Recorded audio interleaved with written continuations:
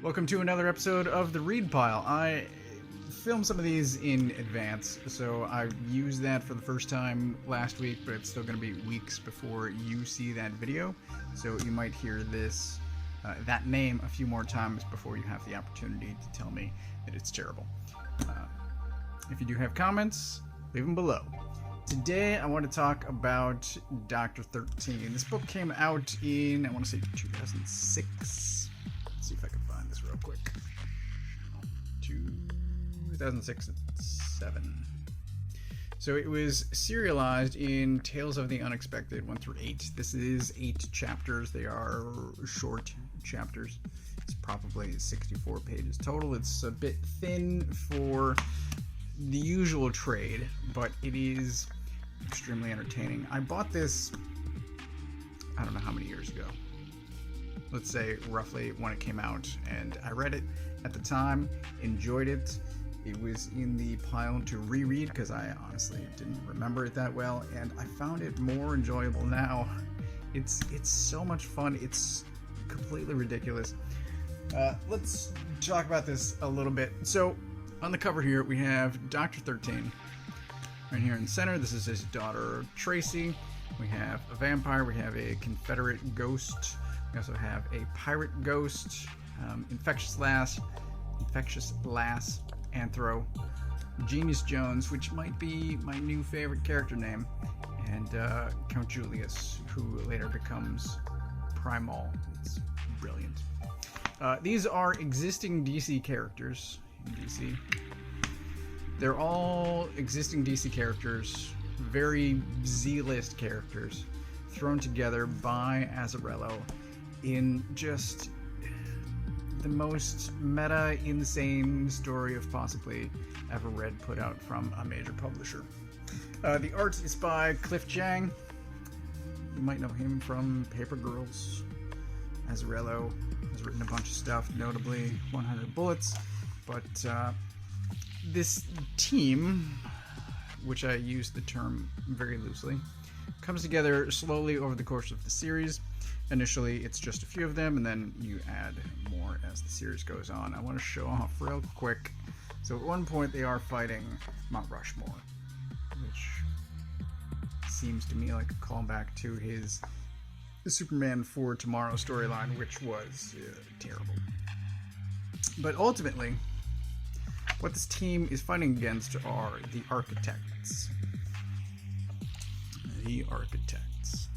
And they are stand-ins for Grant Morrison, Mark Waid, Greg Rucka, and Jeff Johns. The whole story here is that the universe is being reset again. And they're talking about the DC universe in general, and these characters not fitting in. They're not going to be present in the rebooted universe is what they're fighting against. So they're fighting for their survival in the midst of a universal reset, which I think is just amazing. And it's appropriate once again. I mean, DC does this on a fairly regular basis, but we're currently going through, let's see if I get this name right, Dark Crisis on Infinite Earths. I'm not reading it. I don't care. Just tell me when it's over. But yeah, they go through this every few years. This is, it remains relevant. We've got these characters fighting for their survival, fighting against writers, and there's a moment late in the story where the characters are telling the Architects that there will be other Architects after them. So what they are currently creating will itself be reset down the line. And I just think it breaks their brains. They didn't have that realization, but the characters do, and it's so good. It's so good. It's clever. It's amusing.